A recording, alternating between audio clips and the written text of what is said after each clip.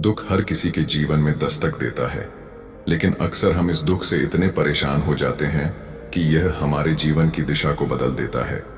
आज की इस कहानी के माध्यम से हम जानेंगे कि दुख से कैसे निपटें और कैसे अपने जीवन को फिर से खुशियों की ओर मोड़ें। इस कहानी में छिपे संदेश से आपको अपने दुख से लड़ने की नई प्रेरणा मिलेगी।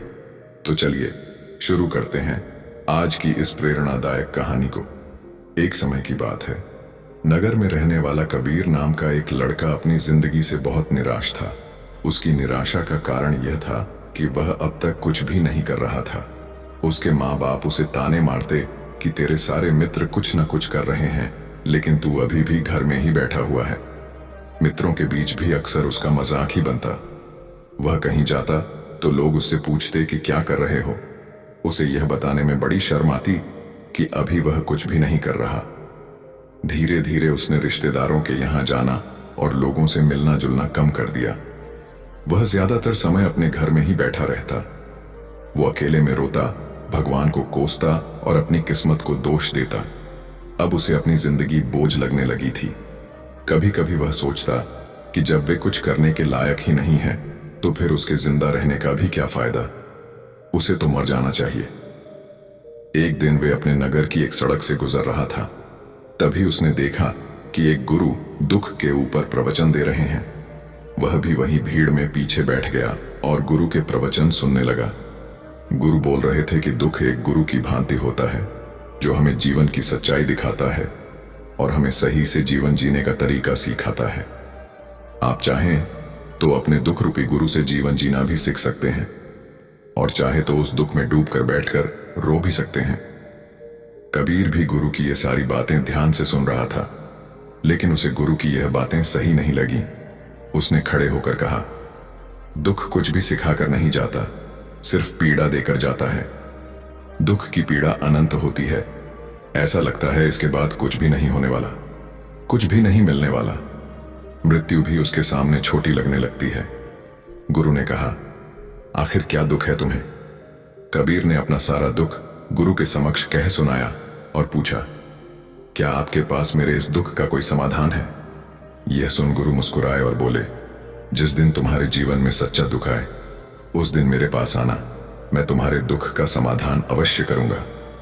इतना कहकर गुरु वहां से चले गए। कबीर ने सोचा, क्या मेरा दुख सच्चा नहीं है क्या? जिसने से गुजर रहा हूं वो छोटा है, कोई भी मेरे दुख को नहीं समझ सकता। जब माँ बाप नहीं समझ पाए तो गुरु के समझेंगे। अपने दुखों से परेशान होकर कबीर ने एक निर्णय लिया कि अब वह कुछ करके दिखाएगा। उसने एक छोटा सा व्यापार शुरू किया, लेकिन उसमें उसे सफलता नहीं मिल रही थी।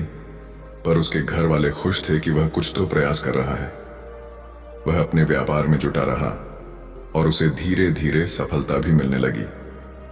फिर उसने रफ्तार पकड़ ली और सिर्फ 3 साल के अंदर ही वह एक बड़ा व्यापारी बन गया। अब कबीर के चारों तरफ ऐसे बहुत से लोग थे जो उसकी चिंता करते थे, उसे पसंद करते थे, उसके काम की प्रशंसा करते थे। अब उसके घर वाले भी उसकी प्रशंसा करते नहीं थकते थे। दिन प्रतिदिन उसके मित्रों की संख्या बढ़ती जा रही थी। अब वो अपनी जिंदगी से बहुत ही खुश था। उसके कुछ मित्रों ने उसे सलाह दी कि जब तुम बड़े व्यापारी बनकर इतने खुश हो तो सोचो कि अगर तुम इस नगर के, इस राज्य के सबसे बड़े व्यापारी बन जाओ तो तुम्हारे पास कितना सुख होगा, कितने लोग तुमसे जुड़ना चाहेंगे, तुम्हारा कितना यश फैलेगा। स्वयं राजा भी तुमसे मित्रता करना चाहेंगे और जरूरत पड़ने पर तुमसे ही धन उधार लेंगे। मित्रों की यह बात कबीर के मन में घर कर गई। अब उसने और भी धन कमाने का प्रयास शुरू कर दिया, लेकिन उसे यह सब कुछ बहुत ही जल्दी चाहिए था। वह सब कुछ प्राप्त करने में अपना ज्यादा समय बर्बाद नहीं करना चाहता था। इसीलिए उसने ऐसे भी कार्य करने शुरू कर दिए जो उचित नहीं थे। उसने बड़ी मात्रा में अपने मित्रों से धन उधार षड्यंत्र भी रचे, उन्हें डराया, धमकाया। जैसा जैसा उसके मित्र उससे कहते गए वही करता गया। वह इन तरीकों से ज्यादा धन तो कमा रहा था, लेकिन अब उसके जीवन में सुकून नहीं रह गया था। उसके मन की शांति गायब हो गई थी। उसे रातों में नींद नहीं आती थी। सुख साधन की सारी वस्तुएं होने के बाद भी उसे किसी में सुख नहीं मिल रहा था। एक दिन कबीर अपनी बग्घी में सवार होकर कहीं जा रहा था। तभी रास्ते में उसे गुरु का आश्रम दिखा। वह रुक गया। वह गुरु के पास जाकर बोला, गुरुदेव, आपने कहा था कि जब तुम्हारे जीवन में सच्चा दुख आए तब मेरे पास आना। अब मैं बहुत दुखी हूं। मेरे रातों की नींद गायब हो गई है। मुझे कहीं सुकून नहीं मिल रहा।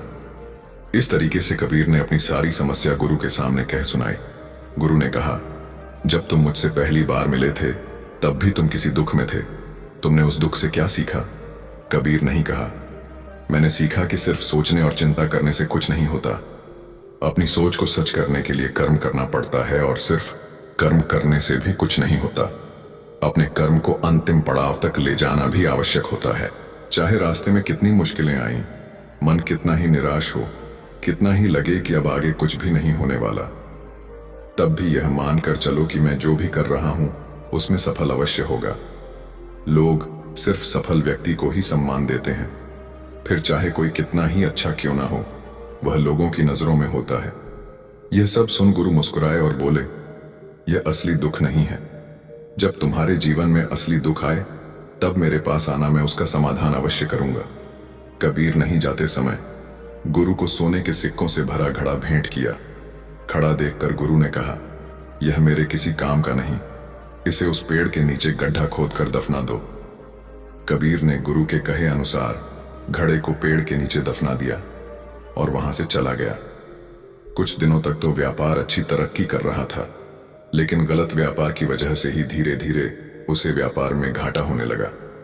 उसकी सारी धन संपदा धीरे धीरे खत्म होने लगी, और एक दिन ऐसा आया जब उसके पास कुछ भी नहीं बचा और वह कर्जे से लग चुका था। लेकिन वह निश्चित था, क्योंकि उसने सारा कर्ज अपने मित्रों से ही लिया था। मैं सोचता था कि उसके मित्र बुरे समय में उसका साथ देंगे, लेकिन ऐसा कुछ भी नहीं हुआ।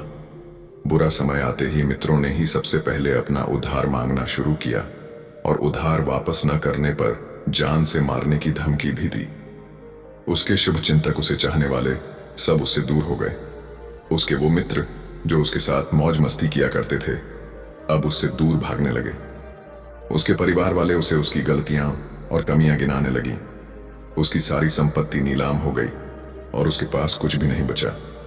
उसने अपने पिता से सहायता मांगी तो पिता ने कहा, मेरे पास ये थोड़ी सी ही संपत्ति है, अगर मैं यह भी तुम्हें दे दूंगा तो तुम्हारी मां को कहां रखूंगा? इस संपत्ति हमारा आखिरी सहारा है। कबीर के भीतर बहुत गहरा दुख था। उसके आसपास ऐसा कोई भी नहीं था जो उसके दुख को समझ सके, उसे संभाल सके।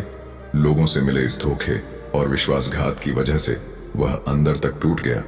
उसे लगने लगा, अब जीने का क्या मतलब? अब तो मृत्यु हुई, एकमात्र सहारा है वो है आत्महत्या करने।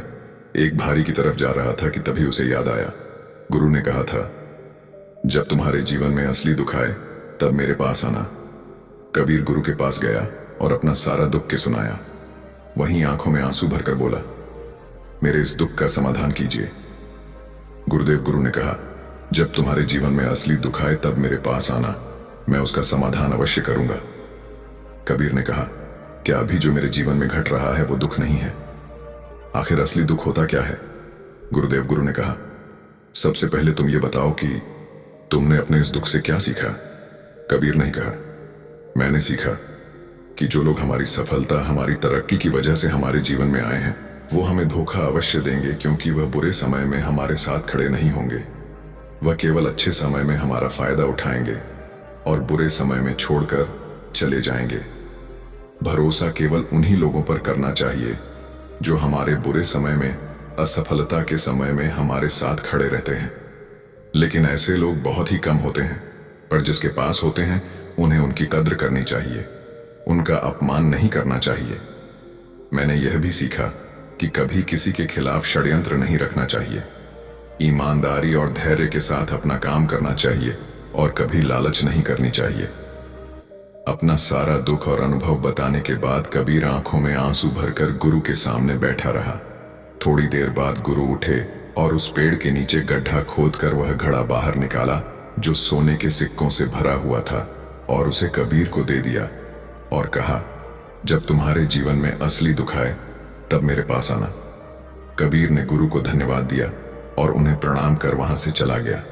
उसने उस ढंग से एक छोटा व्यापार शुरू किया। अब वह एक छोटा व्यापारी बनकर भी खुश था। उसने पूरी लगन और ईमानदारी से व्यापार किया।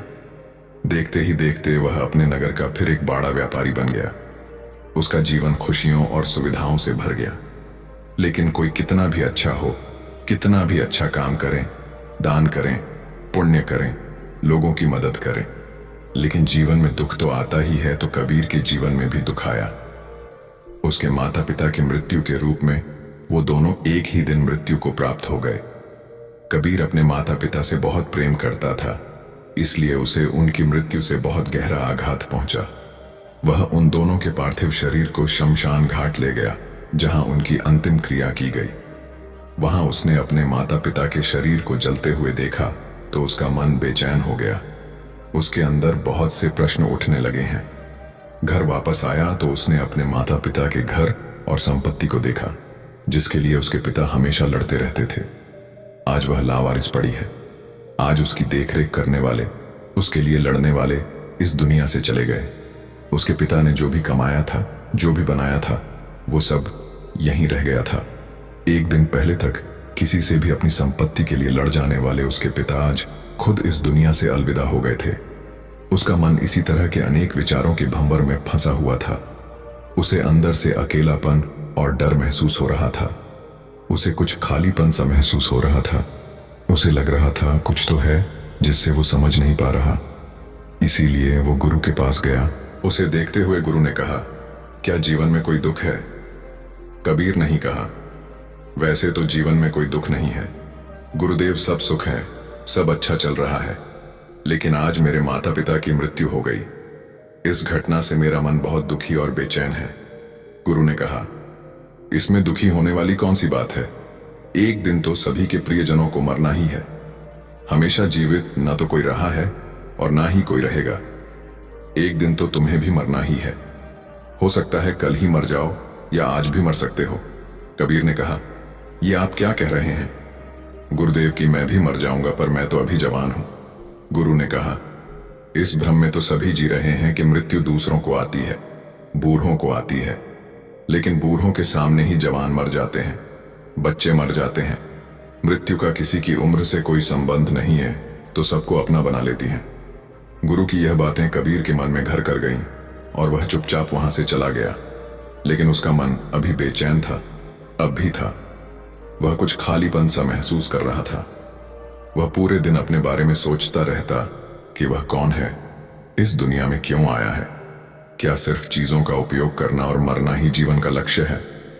ऐसे ही बहुत से प्रश्न उसके मन में लगातार उठ रहे थे, लेकिन उसे अपने किसी भी प्रश्न का उत्तर नहीं मिल पा रहा था और उसका दुख दिन प्रतिदिन बढ़ता जा रहा था। इसीलिए कुछ दिनों बाद वह फिर गुरु के पास पहुंचा और बोला, गुरुदेव, मैं बहुत दुखी हूं, क्योंकि मैं यह नहीं जान पा रहा हूं कि मैं कौन हूं और इस दुनिया में क्यों आया हूं। यह सुन गुरु मुस्कुराए और बोले, आज पहली बार तुम्हारे जीवन में सच्चा दुख पैदा हुआ है। वास्तव में यही है जो दुख कहलाने के लायक है, कि हमें पता नहीं कि हम कौन हैं, क्यों आए हैं, क्या करना है, कैसे करना है। कबीर नहीं कहा, गुरुदेव मेरे इस दुख का समाधान कीजिए। गुरु ने कहा, हम सभी इंसान जीवन भर का इकट्ठा करते रहते हैं। कबीर नहीं कहा, हम सभी इंसान जीवन भर धन, संपत्ति, मान, सम्मान, परिवार, मित्र, शत्रु, पद, प्रतिष्ठा इत्यादि इकट्ठा करते रहते हैं। गुरु ने कहा, क्या इन इकट्ठा की हुई सभी चीजों में से एक भी चीज को अपने साथ ले जा सकते हैं? कबीर ने कहा, नहीं गुरुदेव, इनमें से कुछ भी साथ नहीं जाता। मेरे माता पिता के साथ भी कुछ नहीं गया, सब तो यही छूट गया। हर परिवार, संपत्ति, सब कुछ। गुरु ने कहा, अब मेरी बातों को ध्यान से सुनना। इस दुनिया में हमें जो इकट्ठा करना चाहिए वो तो हम कभी इकट्ठा करते ही नहीं। चीजें हमारे सामने ही होती हैं, लेकिन हम उन्हें देखने का प्रयास ही नहीं करते। इस दुनिया में हमें जिस चीज को इकट्ठा करना है वो हम खुद हैं। हमें खुद को इकट्ठा करना है ताकि जब मृत्यु हो तो हम एक हो सके और स्वयं को पहचान सकें। हम भीतर से बटे हुए हैं। हम बटे हुए हैं प्रेम में, नफरत में, क्रोध में, जलन में, क्रूरता में, धन में, संपत्ति में, पद में, प्रतिष्ठा में, मान में, पहचान में, धर्म में, जाति में। ऐसे ही सैकड़ों हजारों चीजों, और वास्तव में हम बंटे हुए हैं। हम टुकड़ों में जीवन जी रहे हैं। इस बंटवारे की वजह से हमारी चेतना कभी एक नहीं हो पाती। हमारी चेतना शक्ति बिखर गई है। इसीलिए हमारे पास इतना भी समय नहीं है, इतनी भी ऊर्जा नहीं है कि हम मुड़कर एक बार अपने भीतर देख सकें। वास्तव में जिस धन की कमी, सुविधाओं की कमी, मान सम्मान की कमी को लोग दुख समझते हैं और जीवन भर उसे दुख बोलकर रोते रहते हैं और उनका समाधान खोजने का प्रयास करते रहते हैं, उन्हें उसका समाधान कभी मिलेगा ही नहीं। क्योंकि जिन्हें लोग दुख कहते हैं वो असली दुख है ही नहीं। वो तो सिर्फ इंसान की चाहत है, उसकी इच्छा है, जिसकी पूर्ति कभी नहीं की जा सकती। इसीलिए यहाँ व्यक्ति को ऐसे दुखों का कभी समाधान मिला ही नहीं। इसीलिए इन सब के ऊपर अगर अपने दुखों का परम समाधान चाहिए तो सबसे पहले अपने आप को इकट्ठा करो। अपनी ऊर्जा को इस संसार से वापस खींचो और एकत्रित करो। अपने ऊपर ध्यान दो, खुद पर ध्यान लगाओ। मृत्यु से पहले अपने आप को पहचान लो। ऐसे ही बिखरे हुए मत चलो। कबीर नहीं कहा तो क्या गुरुदेव, हमें ये संसार छोड़ देना चाहिए, अपनी सभी इच्छाओं को मार देना चाहिए, किसी से प्रेम नहीं करना चाहिए, धन संपत्ति नहीं इकट्ठा करनी चाहिए, मान सम्मान की आशा छोड़ देनी चाहिए। गुरु ने कहा, एक बिखरे हुए मनुष्य के अंदर से कामनाएं, इच्छाएं और वासनाएं ऐसे ही निकलती हैं जैसे पहाड़ से कोई पत्थर गिर रहा हो जिस पर पहाड़ का कोई नियंत्रण नहीं है। सिवाय देखने, परेशान होने और कुछ खोने के इसी प्रकार एक बिखरे हुए मनुष्य की इच्छाएं अनियंत्रित और दुखदायी होती हैं। उसका अनियंत्रित मन कुछ भी इच्छाएं और कल्पनाएं करता रहता है और दुखी होता रहता है। लेकिन जब व्यक्ति एकत्रित हो जाता है तो वह जो भी करता है सब उसके नियंत्रण में रहता है। तभी इच्छाएं भी उसकी इच्छा से निकलती हैं।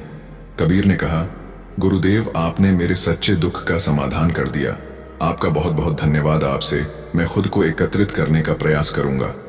गुरु ने कहा, मानव शरीर में बहुत ऊर्जा है, बहुत शक्ति है, पर यह बेकार के कामों में बरह कर रह गई है, चीजों में लगी रहती है।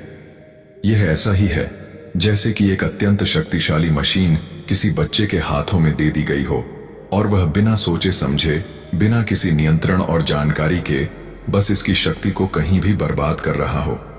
इसीलिए अपनी चेतना की शक्ति पर ध्यान दो और इसे एकत्रित करो। कबीर को अपने प्रश्नों का उत्तर मिल चुका था। उसने गुरु को धन्यवाद किया और चुपचाप वहां से चला गया। दोस्तों, उम्मीद है कि आपको यह कहानी पसंद आई होगी।